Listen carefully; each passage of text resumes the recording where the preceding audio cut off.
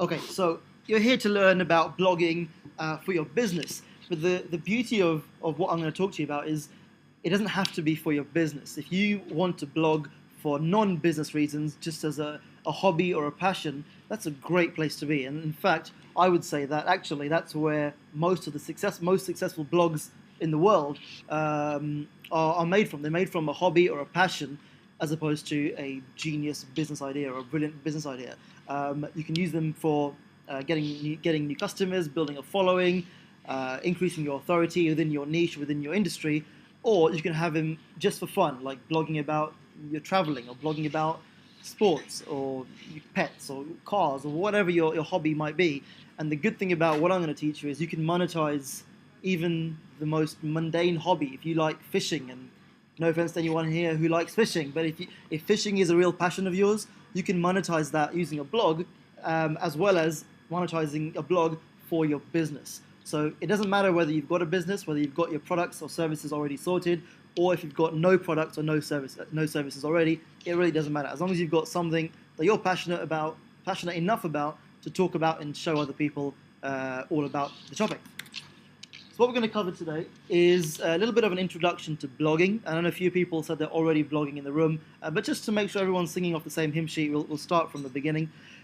I'll tell you a little bit about why you should be blogging from an authority point of view and building a presence online perspective. Why you should specifically use WordPress, which is the big W logo up on the screen. If you haven't heard of WordPress, don't worry. I'm going to absolutely sell it to you and tell you why WordPress is the best thing ever invented. If you are blogging already, for those couple of people who are blogging already, are you using WordPress? You're not? You are already? Okay, good. For those of you who are not using WordPress, hopefully I'll want to make you convert by the end of this presentation. We'll then show you some examples of good blogs that are following the very well optimized layout of a traditional blog. Now, most blogs actually look the same. You can tell instantly whether you're on a blog website or a static, normal, traditional website because of the very distinct layout of a typical blog. And that's partly down to WordPress, but also it's because it's a very optimized layout to get conversions for your business, and that's ultimately what you want.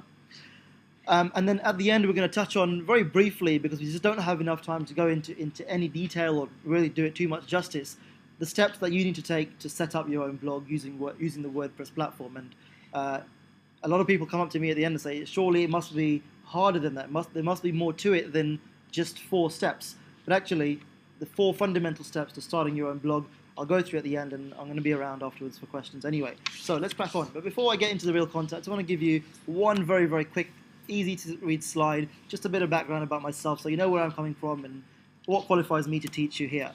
Like I said, my name is Suraj, and I'm an internet marketer. I work with small businesses, individuals, as well as corporate companies, helping them to get more clients from the internet. That's the long and short of it. If a company or a small business is not getting enough clients online, that's where I step in and we help them out using strategies such as social media, blogging, pay-per-click marketing, all sorts of internet marketing related strategies. I blog myself, obviously, otherwise I wouldn't really be qualified to teach it to you myself. I blog about something very specific within the internet marketing niche. So only about social media and traffic generation. So those, and of course blogging. So those are the kind of things that I narrow my blog down into, and that's something I would encourage you all to do as well. Drill down into your niche. So if you're a designer, for example, you'd want to drill down a few niches into that rather than just being a overall designer. Or if you have a passion for sport, it's too broad a niche. You want to narrow that down into a sub niche or a super niche, and that will help you attract more relevant traffic. It will make it easier for you to rank better in the search engines and Google, and it will build a very loyal following of people who are specifically interested in what you're talking about. Because sport can mean anything, and that's just an example. But sport can mean golf, football, 10-pin bowling. You know, it's too broad. So you want to really narrow it down, and as far as possible, you want to narrow it down. So the lesson there is you want to niche as far as possible, and a good way of putting it is your niche should be an inch wide but a mile deep. What that means is an inch wide means it's seemingly a small niche. But when you look underground, it's a mile deep, and there's lots of potential clients in that niche. I'll give you an example with sports. you then drill down to football, and you can drill that down to English football, and then you can drill that down to Premier League football, and then you can drill that down to teams in the Premier League who play in the Champions League. So you can see we went from sport down to a very, very tiny niche, which is seemingly just an inch wide, but actually it's a mile deep, because the top 4 teams in the country have got hundreds of millions of supporters worldwide, so you can tap into that client base rather than going too broad. That's what I mean. The more you can niche, the better. And I'll show you an example of one of my blogs as well, and how my blog makes me money selling products from there, and that's ultimately what you want to do with your own. I'm also a trainer. I run workshops and seminars similar to this in smaller sizes and bigger sizes as well, teaching people how to implement these strategies into their businesses rather than just tell the theory. And that's what we do at Academy Class. And I encourage you after this, if you're interested in blogging, come along and find out about the full Academy Class course where you can set up your blog and you can sit together for a couple of days and really thrash it all out. If you want to follow me online, then you can see I'm on Twitter, I'm on Facebook, and you can get me on Google Plus as well. Obviously, being an internet marketer, that's the easiest way to get in touch with me, and that's where you'll find me hanging out most of the time. So I'll give you a second just to get that, but you'll have these slides anyway, so I wouldn't worry too much about scribbling everything down. So why should you blog? And you're not here to set up a blog, but you're here to learn why you should be blogging. Like I said earlier, it doesn't have to be for a business purpose. It can be just because you've got a passion, like a real, raw passion for a topic, anything at all. You know, I've had clients who are passionate about cooking. They're not chefs or they don't work in restaurants. They're normal people, accountants, lawyers. They've got their own small businesses. They're graphic designers. They just love cooking, for example. And they would blog about their passions and make money from that. And I'll share with you how they would make money from that. So it really doesn't matter what your passion is, as long as you have a passion or some sort of a hobby. You should blog for your business to get more sales and to build more credibility, to build more authority within your industry, and ultimately to build a community. And every business online should be aiming to do that. And that's almost the point of social media as well. It's to build a community of followers, of fans, if you want to call them your fans, and also be like the leader of a tribe. And that sounds like a bit caveman language, you know, have your own tribe and have your tribe's people following you. But actually, there's a really good book called Tribes by Seth Godin, and he talks about that exact principle, that concept of being in the 21st century, and individually we can all build our tribes online just because we've got a passion for something or we're really good at something. Through your blog and social media activities, other people will want to follow you just because you're actually quite good at what you do and you've got a real passion for that subject. Other people will want to follow someone like that, and it's human nature. We all want to follow leaders in our field. You know, I read blogs all the time, things like Mashable, you know, very much into technology, marketing, social media, and you want to emulate yourself to these industry leaders. So everyone wants to follow someone, and I don't mean that in a follow people like sheep sort of way, but follow someone for inspiration, follow someone because they share a passion. And that's great. That's what blogging and social media are just, it's so easy to create your tribe for that reason. To raise awareness, it's not all about business again, so coming away from business for a second, raising awareness for charity or a good cause or something that you want to raise some money for. You know, we all see our friends share the Just Giving pages on our Facebook and Twitter and all the rest of it, and donate money, and they all look the same. But those people who make a little bit more effort and blog about their training, blog about the journey to train for a marathon or to get fit or have a program, you generally find that they raise so much more money because they're blogging about it and sharing that passion with the world. If you want to go that wide, and you can, because in a weird sort of way, you can't really control, once you're blogging, where in the world people will find you from. And that's a good place to be, because never before in the history of marketing or business has a small business or individuals working on a very small project been able to access anyone from anywhere in the world. And that's why blogging is so good for all those reasons. It's great to build authority and social proof. And what I mean by social proof is, you'll have noticed on lots of blogs nowadays, you have the Facebook button, the tweet button, the +1 button from Google+. It makes it blogs make it easy for other people to share your content. And that's what it's all about as well, making it easy for your readers and your tribe to share your content. And that's what I mean by social proof. When you see a blog or a Groupon offer, where it says, 1,200 people have bought this, or 300 people have liked this, and it's listed some of your friends who have liked it. That creates social proof, and the theory behind it is that if one of your friends has liked it and you see their name, or you see that X many hundreds of people or thousands of people have liked this or tweeted this, it creates a bit of a sense of security that you're not going to get conned, and it's going to make it more likely that you will also want to share that content to your friends and your followers and your fans and what have you, right? It's a subliminal thing. So when you break it down like that, it sounds a bit daft, but when it's completely subconscious and you see a tweet button there or a like button, and it says 12,000 people have liked it, and it lists 10 of your friends, it almost draws you to that, and it makes you want to click on that as well. And it's very subconscious, so you may not have noticed that, but now hopefully you will notice that going forward. It's great to spread your message, to show people your opinion, or to share your opinion and your expertise with other people. And there are lots of different types of blogs you can create, like authority blogs, news reporter blogs, or blogs where you're just talking about what you think about certain developments in your industry, without making it too uniform like every other blog out there. And I guess that's where you bring in the personal element of yourself into your blog, where you're commentating, or you're putting in input based on your opinion. So I'll give you an example. Over the last couple of weeks, Facebook has gone crazy with their changes. I don't know if anyone's noticed that. And they've just changed it again today, and on the 29th of October, it's going to radically change all over again. If anyone was in the social media class earlier, I showed you a screenshot of my new Facebook profile, and it's just completely different to anything you've ever seen before. Your profile photo is about this big compared to tiny like that. Your wall it doesn't look like a wall anymore. It's completely different, like a timeline, and it goes back to a time. It says this is when you were born. So it's Facebook. We're really getting deeper into our lives, and that's going to impact sharing content, right? And I'll show you a screenshot. For those of you who didn't see it, I'll show you a screenshot at the end of it.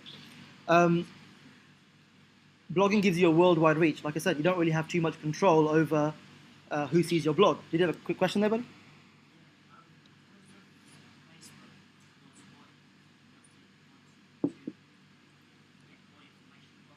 Yeah.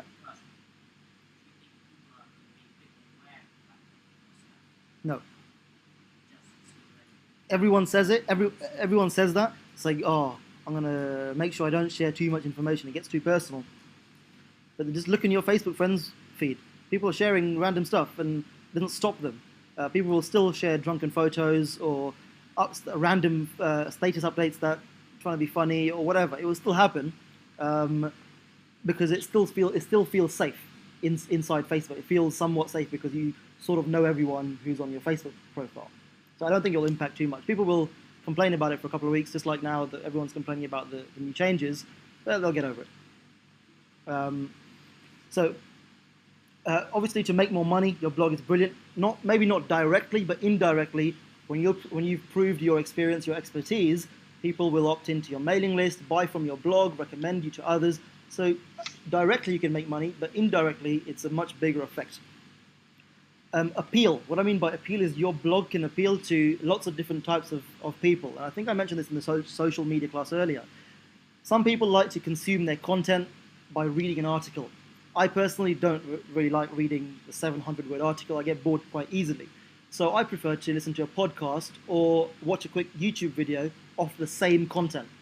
So I'm not losing out on the information, but I'd rather watch something that either shows me how to do something or gives me an example rather than just 700 words of text with bullet points there. I don't like consuming information like that. So using social media on all the platforms, you can appeal to different types of people. You're not alienating anyone through your blog. Does that make sense? Yeah, because your blog can have articles, you can embed videos, you can publish podcasts through your blog into iTunes. And all these things are free. YouTube is free, iTunes is free, blogging is free, pretty much. Yeah? There's a question? Yeah? Mm-hmm.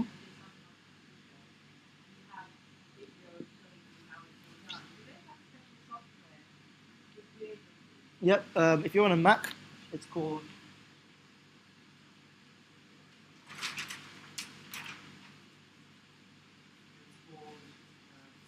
Screen Flow. If you're on PC, it's called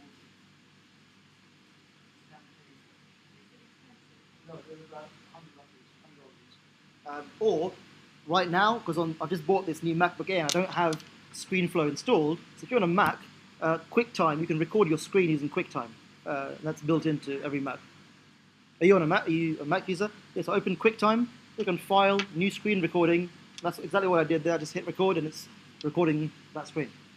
It just saves as a movie file. But the good thing about software like that is you can edit it and create cool effects and top and tail it with music, add overlaying logos, and make it look a little bit more like you've put a little bit of effort into it.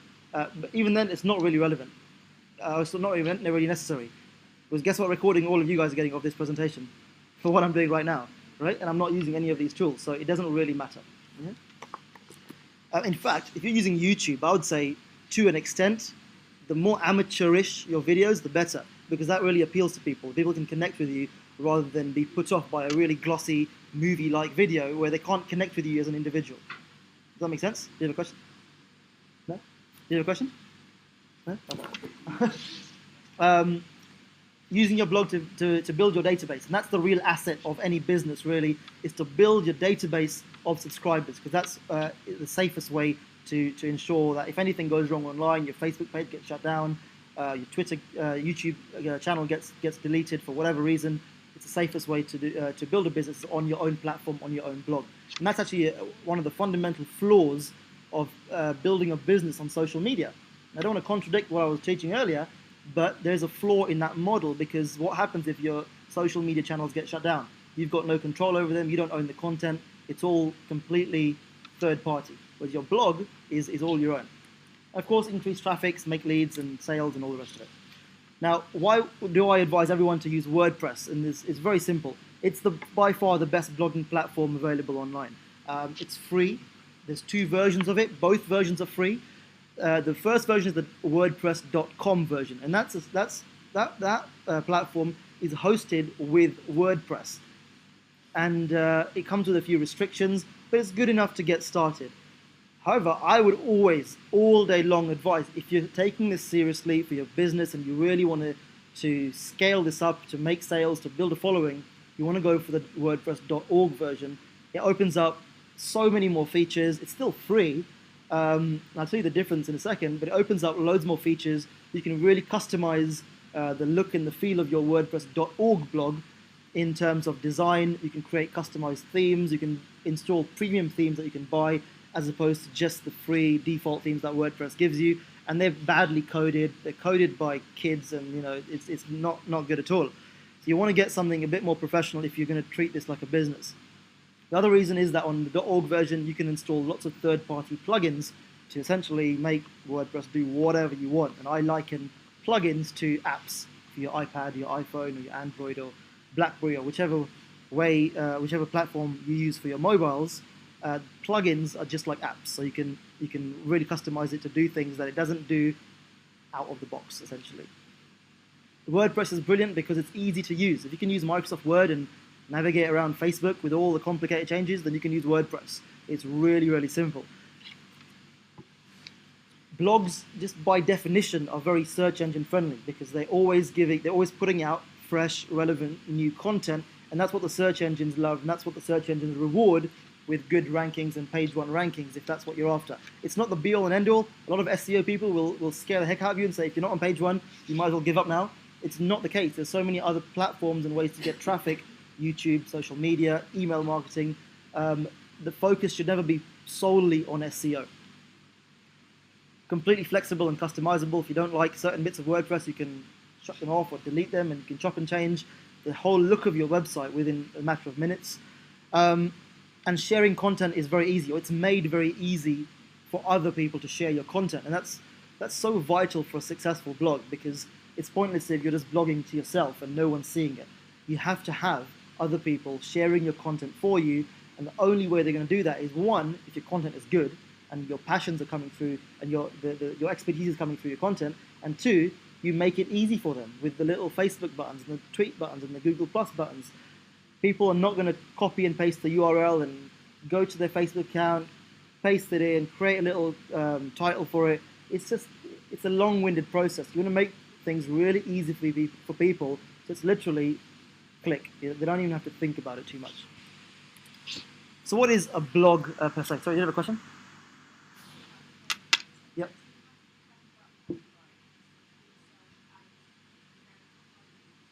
Oh, no, because it's all social.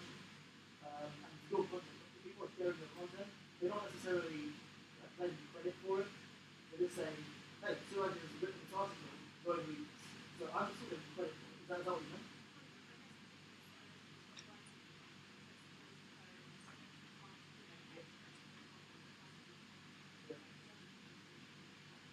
Yeah, yeah. That's a person who you don't want that information to get out there. Wouldn't block it, or I put it behind the content.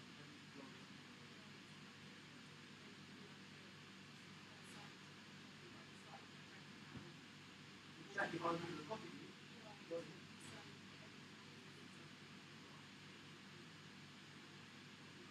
Yeah.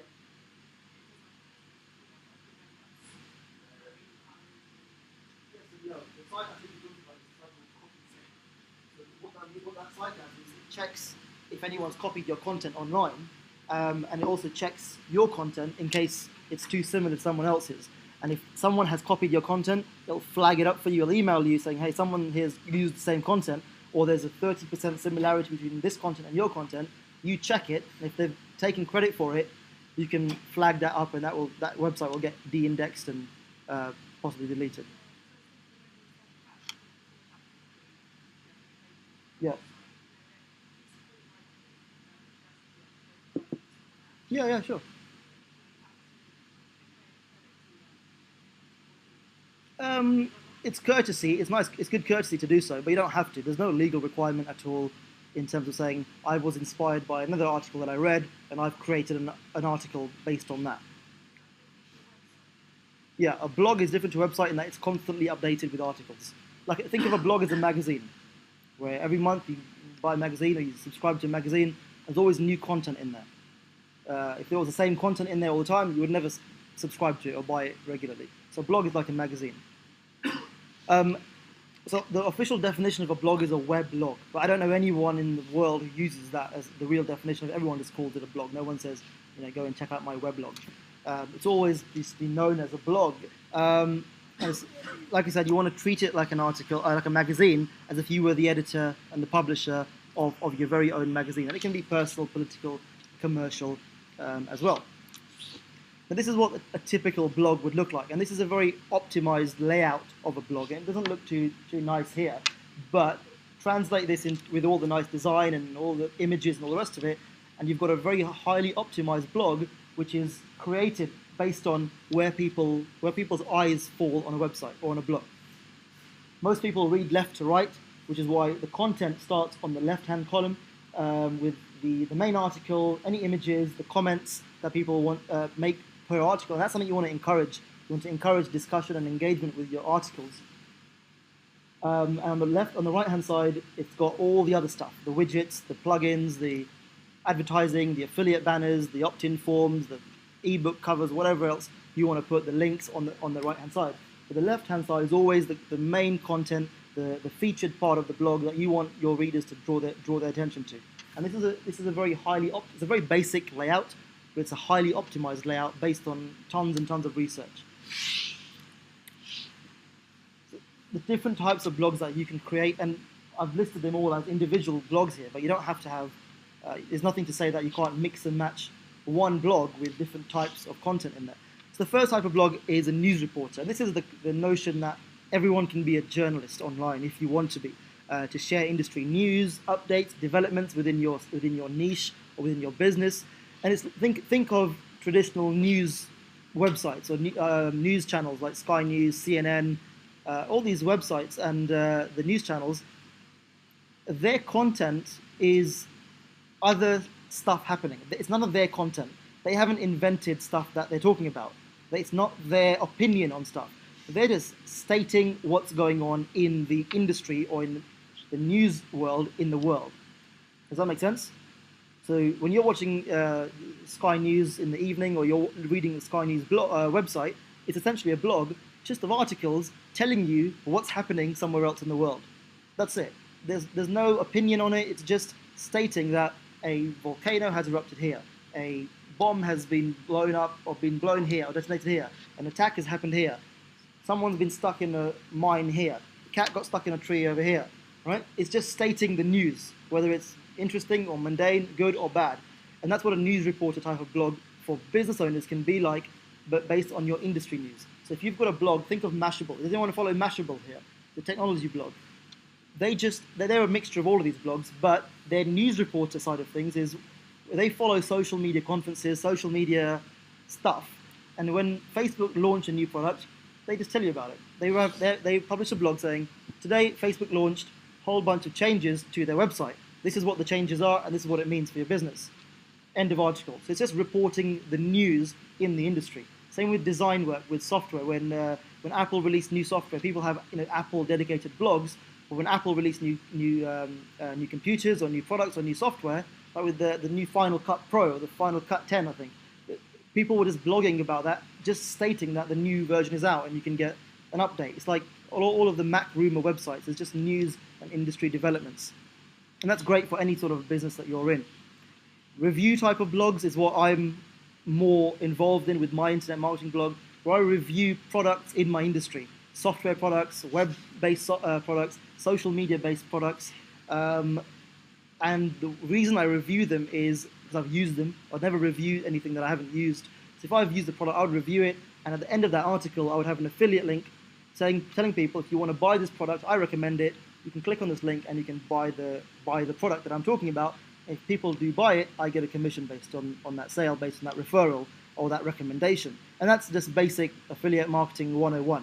Someone reviews something or talks about a product, they send someone there via an affiliate link, that person buys it, and I get a commission based on that referral. That's the most simplistic form of affiliate marketing. The next type of blog is the authority blog, where you're not just stating what's happening in the world or in the industry, but you're sharing your opinion on what's happening. So for example, just sticking with the Facebook changes theme, rather than just saying, Facebook have today changed their layout and this is what you're going to get, this is what it will look like, you would have your blog talking about the implications for marketers, the implications for how that's going to interact with your friends, the implications and your opinion on how that will change the social media industry. So it's a lot more authoritative, it's your opinion, you're going a bit more deeper into it than just saying, this is what's happened in the industry. Does that make sense? Yeah? And can you see how you can apply that to any industry and any product? If you're a photographer and Canon come out with a new camera with a new type of lens, you can do the same thing. An industry review blog where you're reviewing new lenses, new equipment, and you're selling those, you're recommending people to buy those as an affiliate. A news reporter site where you're just saying Canon have released their new model, this is what it means, this is how much it costs, here's where you can go and find a review. Authority type of article for photographers can be, here's what I did with this new model. This is what results you can get with a new model, and this is how you can play with the new settings, and this is what you can help you achieve. So you can do this model with any type of industry at all. And you've got the personal blog, which is nothing to do with business, it's just about personal stuff, your traveling, your holidays, any sports related things that are non-business related, we can still monetize them in the same sort of way. And then obviously you can have the different types of content, text, video, audio. When I say audio, I mean converting your content into a podcast, images like infographics. I love to see infographics that show me stats about industries and about social media platforms, rather than reading a 500, 600, 700 word article on the same thing. Infographics easy on the eye, and they look quite cool. And it's, again, easy to share because people love to see things that's easy for them to consume the content. I would very rarely share a 1,000-word article with my followers on Twitter or put that on my Facebook page because it doesn't appeal to me. And I know a lot of my followers are the same because you can see what each other share, right? So a few tips on the type of content that you can create. People love lists. When I say lists, I mean things like top 10 reasons you should hire a professional graphic designer rather than do your own branding. 5 reasons you should you should have a blog rather than a website. 6 reasons to avoid PC over Mac, whatever it might be in your niche, right?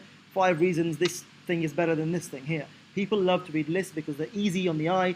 You know how much you're going to get, how much you're going to have to read, And actually, for yourself as content creators, it's easy for you to recycle that content and turn that into a quick podcast or a quick video or an infographic. Whereas a long article is very difficult to do that. People also love to read avoiding mistake type of articles, because nobody wants to make a mistake. People want to learn how to avoid mistakes. If your article shows people how to avoid mistakes, so example using the photography thing that we were talking about, avoid these 5 mistakes when buying an SLR camera. If someone is in the market for a new SLR camera, they're going to want to read that because they're not going to want to make the mistakes before they buy. Or if someone's in the market for a logo or a website or a car or a TV, whatever it might be, avoid mistake type content is very, for want of a better word, lucrative in blogging terms. In terms of it can bring a lot of traffic, a lot of sharing, a lot of followers, and research is showing on things like Twitter and Facebook, more people click on links to blog posts that are lists, where you've got a number involved, so people know exactly what they're going to get. The second most popular type of content is the how-to content. How to create a logo using this software. How to create photos like this using your Canon, whatever, digital SLR camera. How to blog using WordPress. How to create something using something. How to record your screen using ScreenFlow. Because that's what people are searching for on the internet. On Google, on YouTube, on Twitter, people are looking to learn stuff. And if your blog shares that with them because you just know how to do it, not only can you build more credibility for yourself that way in your industry, you can make money that way as well as an affiliate.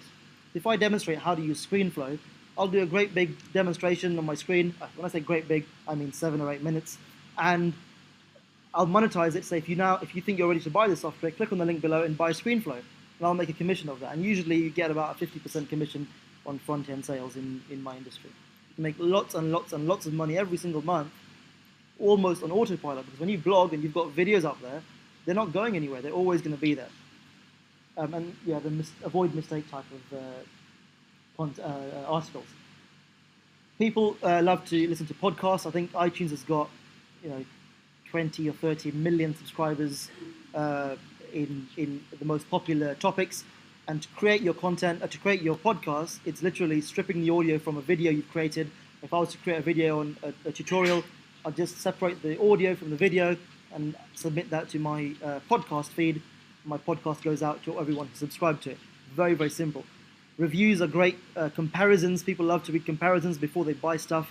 I know I do. When I was in the market for a podcasting kit, I typed into Google and YouTube difference between 2 models or review on certain model. I was watching videos of people setting it up and showing how to do it. And that's like demonstration videos as well. So we talked a lot about content in terms of your articles, but in terms of videos, and I keep saying you can convert your articles and recycle your articles into videos, what kind of videos can you create? And I want to share that with you now, and some of you who were in the social media class earlier will have seen this part from there. So there's a few type of videos that you can create for your blog, which you can publish to YouTube and syndicate to other video sharing networks as well, but also embed on your blog so that people, it makes your blog a little bit more interactive. If you've got an article and a video in that article, it increases your stick rate because it's a bit more interactive. There's a reason video is the next big thing, or has been the next big thing for the last 3 or 4 years, because people love to interact that way. They can see the person. It feels a bit more real rather than reading an article. So video is a great way of engaging with your audience, not just through your blog, but through social media as well. So a lot of people don't use Twitter and Facebook because they don't feel it's engaging enough. They just have massive YouTube presence because people can see them, they can see what they sound like, hear what they sound like, see what they look like, and really, really connect with them. And that's great for making sales and building rapport, especially if you're selling online, because people need more rapport and more trust to buy from you online because they don't really know who you are. Does that make sense? Yeah? Your question? Off? Yeah. Oops. Oh, no. Okay, hang on a second. Yeah, I'll show you an example. Yeah, no worries.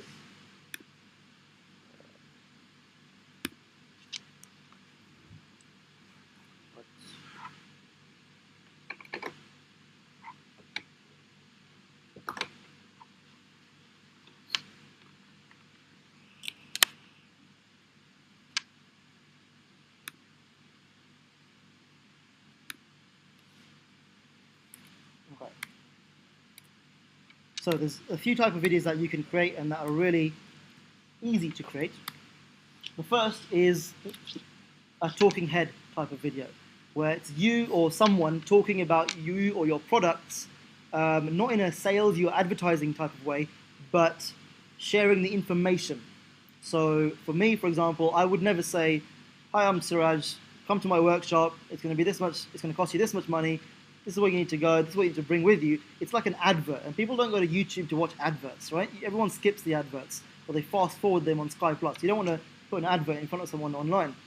My type of videos are more, "Hi, I'm Suraj, and I'm going to give you 5 ways that you can create more traffic to your websites for free. 1, 2, 3, 4, 5, list them out, and say if you want more information, click on the link below, and you can get the rest of you can get 5 more ways to get more traffic from my blog, or you can download my book or something." But there's a very soft call to action at the end, and that could be to my product or to an affiliate product. A talking head video creates a bit of connection with the viewer, all right? I don't particularly like talking head videos for myself. I prefer doing screen videos, and they're very simple to create using those tools. This is an example of a screen video. It's a product called Optimized Press. It's very much a blogging tool or a WordPress tool to allow you to create squeeze pages and long copy sales letters to convert more sales. It's very much an industry tool. You'd never have heard about it unless you need to know about it. So I've created a video for this tool, not my product, somebody else's product, showing people how to use this particular bit of software on their WordPress blogs.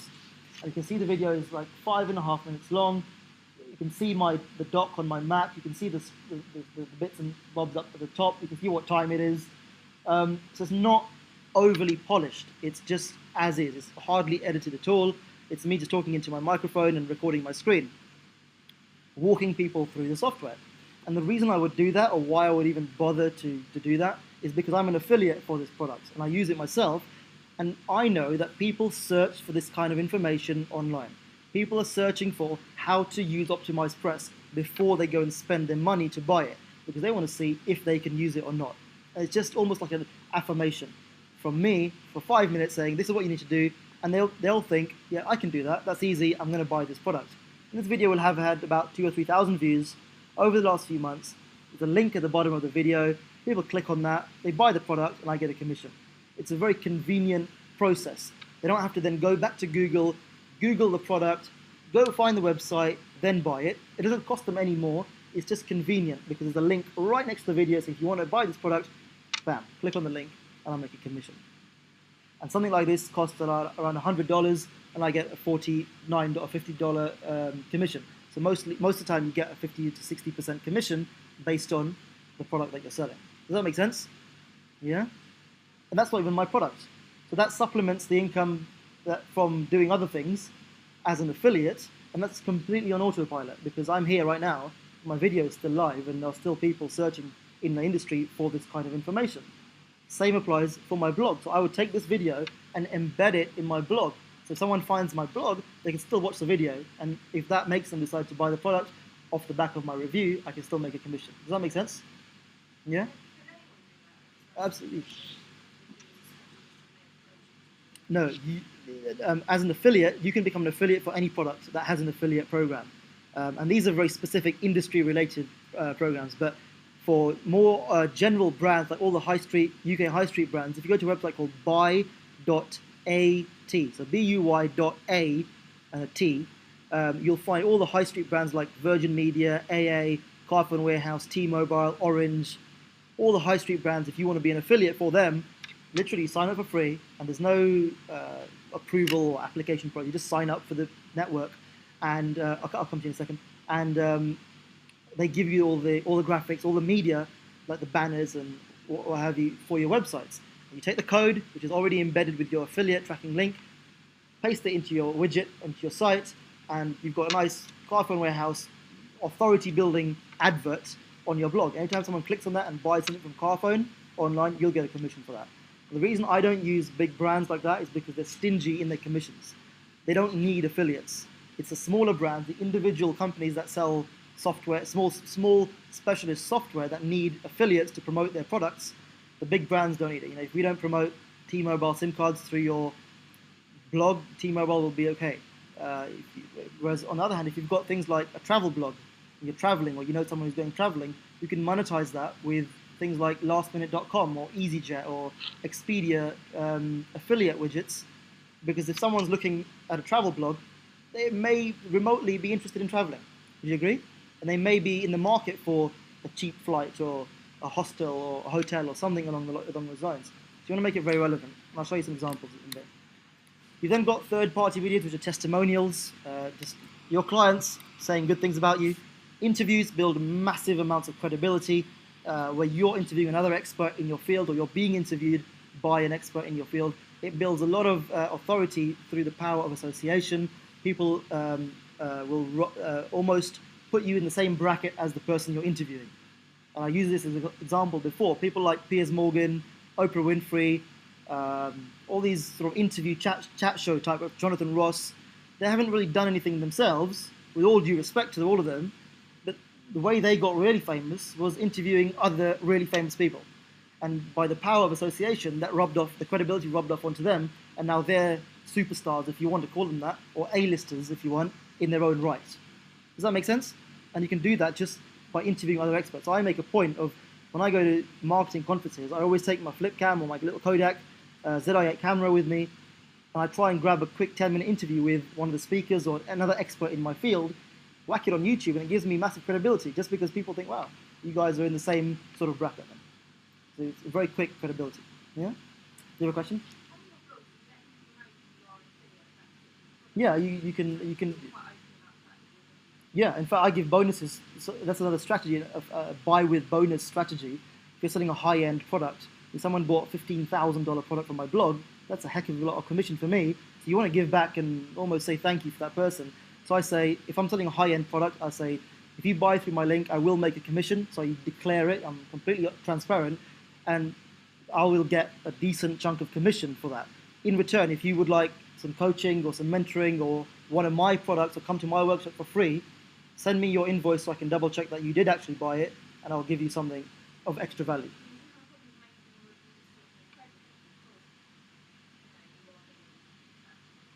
No, people don't mind, because if you've helped them to figure something out, they don't generally mind clicking on the link. And actually, most people don't even know that they're clicking on an affiliate link. Yeah? But no, you should declare any commissions that you're going to earn. Otherwise, it's just a bit deceitful, right? Then you've got demonstration videos showing how to what you get in a package. So this is a video I watched when I bought my podcasting kit. Never bought one before, so rather than go to the website where they're selling it, they're obviously going to be a bit biased.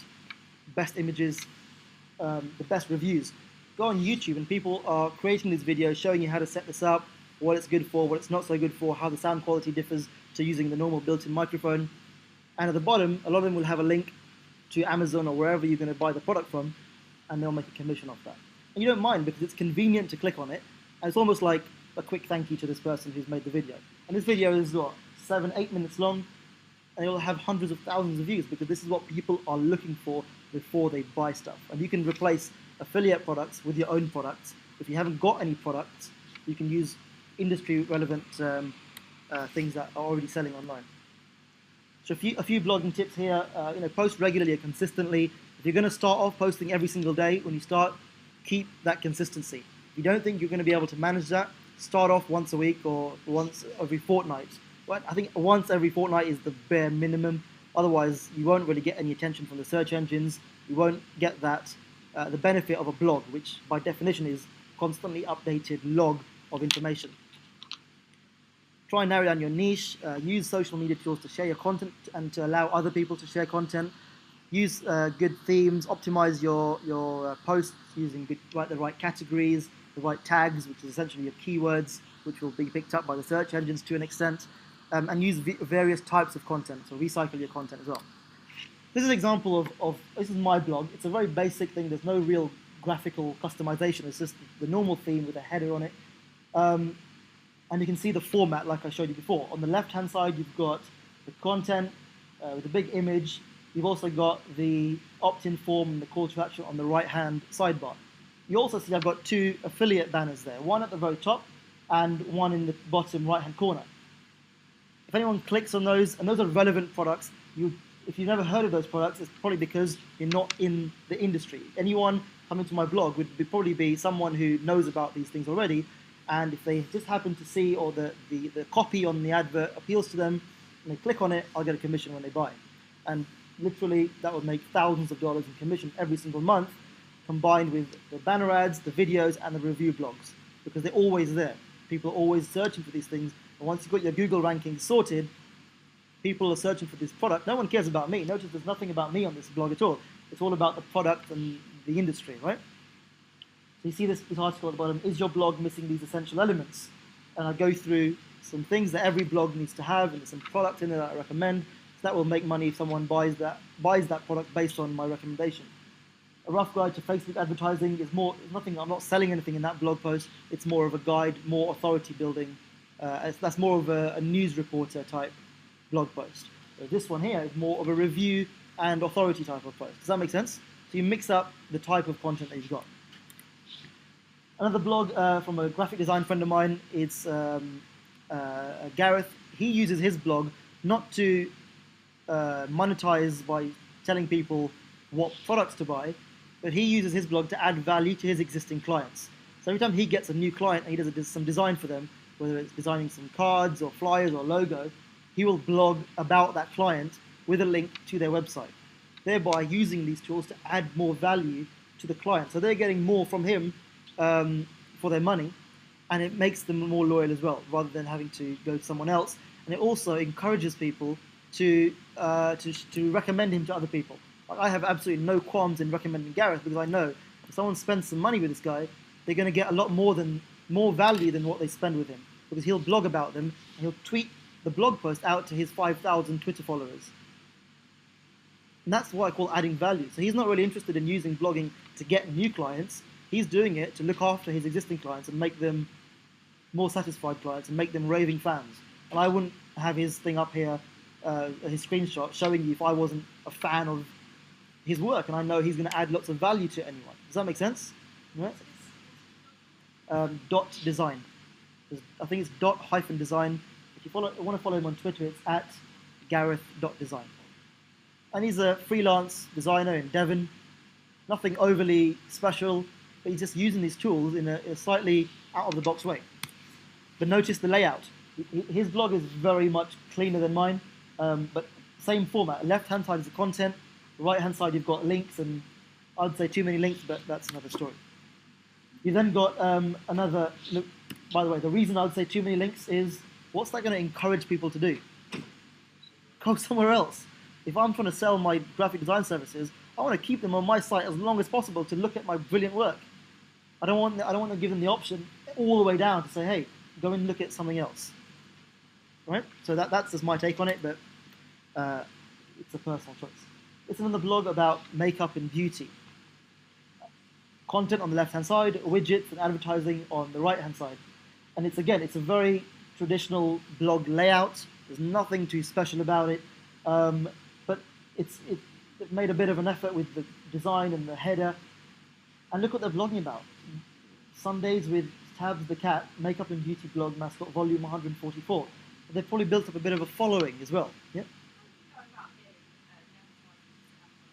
Well, that's the thing. They're not advertising. They're affiliate banners. So you just sign up to their network or their affiliate program, and they give you the code that you just copy and paste into the widget, and the banners are shown. And that's already embedded with your affiliate tracking code. Yeah? So you can have Carphone Warehouse, T-Mobile, the biggest companies in the world, advertising on your site. But they're not paying you in advertising. They're paying you when you send them traffic. Yep. Yep. You go to the Mac store or a portal. No, you usually scroll to the bottom of the site. They'll usually have something that says affiliates or partners or referral program. You sign up for that, or you just Google it, Mac affiliate program, and it'll either be a direct affiliate program or they'll be part of a network, like an affiliate portal. Yeah? And you don't have to get permission or anything. As long as it's the same content, or the relevant content, it'll be okay. Another blog here is some woman called Sue, I think her name is Sue, who just blogs about her favorite recipes. She's obviously made a little bit of an effort here with the design and taking professional photos. But look at her articles: grilled beef and mushroom burger. She just talks about how to make her famous grilled beef and mushroom burger, grilled English peas, blueberry sorbet.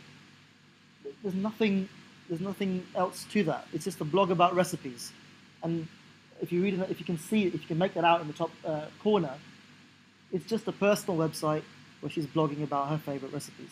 But look what she's doing. She's using an opt-in form there to build a database of subscribers who she can send recipes, ebooks, sell ebooks of her favorite recipes, send her affiliate link to other famous recipe books or cookery books by celebrity chefs, because that's the kind of audience she's got. You can see underneath that 3,500 people have clicked on like. So if you multiply 3,500 by however many friends the average person's got on Facebook, we say 100 friends on average, that's probably a bit less, but a couple hundred friends on average, that's now gone out to hundreds of thousands of people, virally, because people like what she's talking about. And you've got the little Facebook page at the bottom there, and that's got a few thousand followers as well. Someone called Adventurous Kate, a solo female traveler, just blogging about traveling. And look at her blog post: why retreats are great for first-time solo female travelers. Adventurous Kate's top 10 adventures in Southeast Asia. Now, if you happen to be traveling to Southeast Asia, that you might be drawn to read that blog post. And in that blog post, she might say, I recommend the only hotel that you should stay at is this hotel here. Here's a link to that hotel. That's an affiliate link, and you book a room there. Adventurous Kate pays for her own traveling, because that's going to give her commissions. Does that make sense? No, exactly. Exactly, and that's what I mean. When you review products or review things, ideally it should be stuff that you've used yourself. Otherwise, you lose all credibility. All right? Mm-hmm. Yeah, but that wouldn't be relevant at all. Yeah, but that wouldn't work at all because it's not related at all. But what she could sell on her blog, sell as an affiliate, is Jamie Oliver's cookbook. It's very relevant. Not a hard sell. It's you either want it or you don't want it. She's not. It's just the option is there on the side, right? You can see Adventurous Kate has got 1,170 people on her Facebook page who have liked her Adventurous Kate traveling blog. So those people are going to be sharing the content. Someone's going to be writing like as herself. She's on it with social media. Almost 1,000 people have subscribed via RSS feed to her. And this is a great example of a personal blog. And there's no clear sign of how she's monetizing it, but she could be doing it a lot more in a subtle way through her blog posts. Then we come to plugins, and I'll show you some examples of videos embedded in blogs in a moment. But plugins are really important to WordPress, and specifically WordPress.org, because they're just like apps. The reason I've got a picture of an iPhone and those apps, when you take an iPhone or an iPad or a smartphone out of the box when you first buy it, it's pretty good. It does a lot of cool stuff. But how do you personalize it to make it do what you want it to do? What do you need to do to make it have the right app or currency converter or unit converter or game or utility or social network app?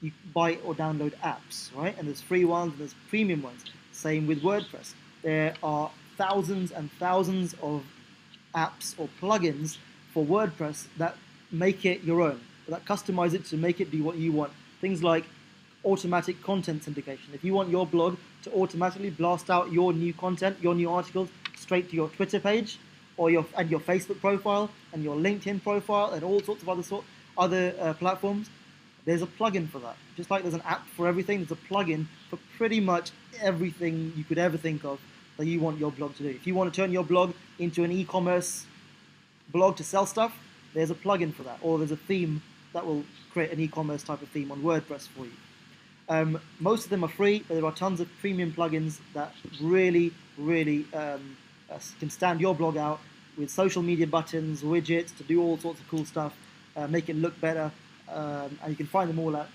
that URL there.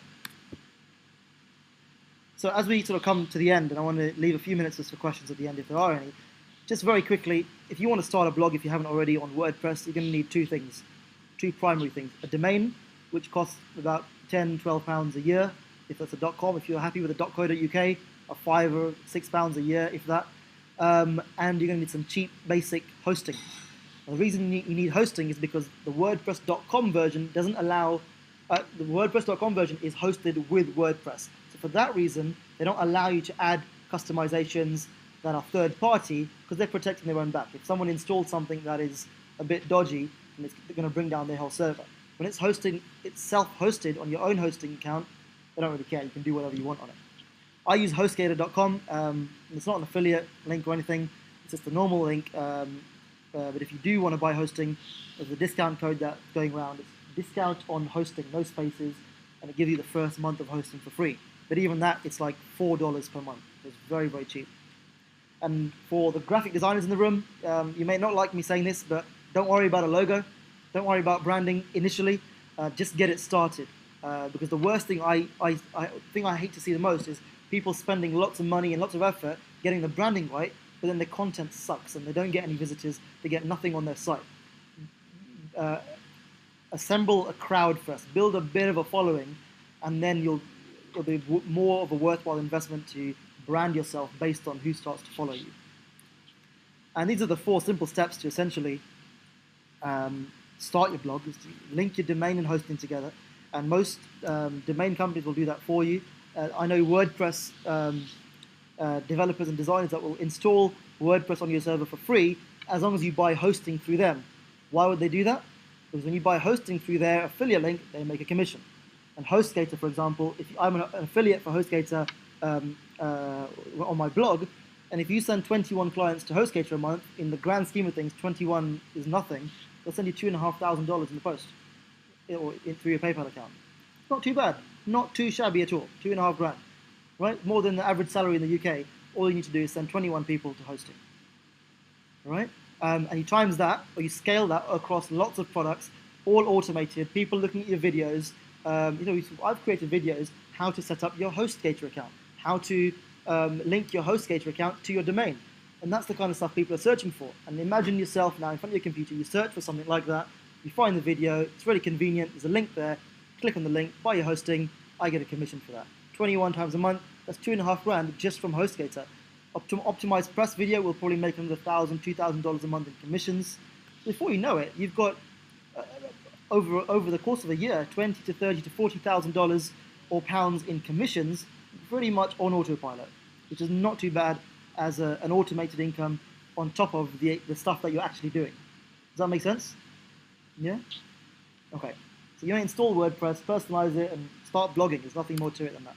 And obviously monetizing your blog with affiliate marketing. Advertising, I've never touched it, and I probably never will, because you can make more money as an affiliate selling products for a share of the revenue as opposed to charging $1 grand per month advertising.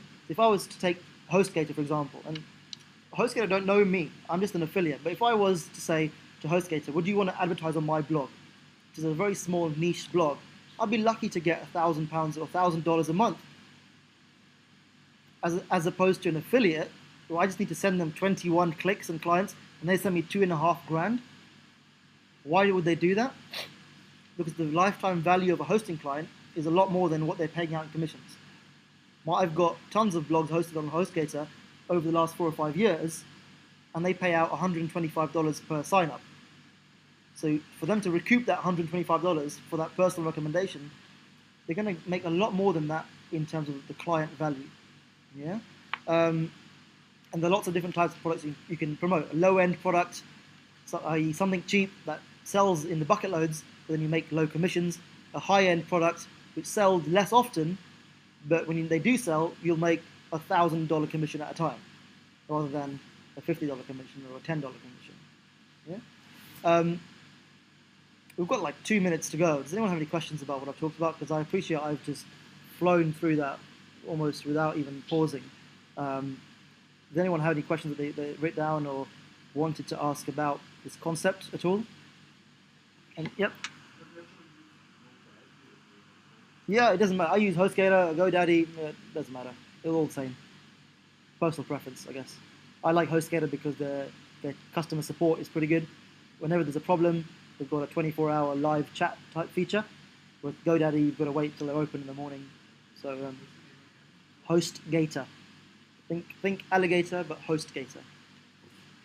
If you want more information, first and foremost, you'll get the slides sent out to you. There'll be somewhere where you can download them. Seriously inquire about the blogging workshop at Academy Class. It's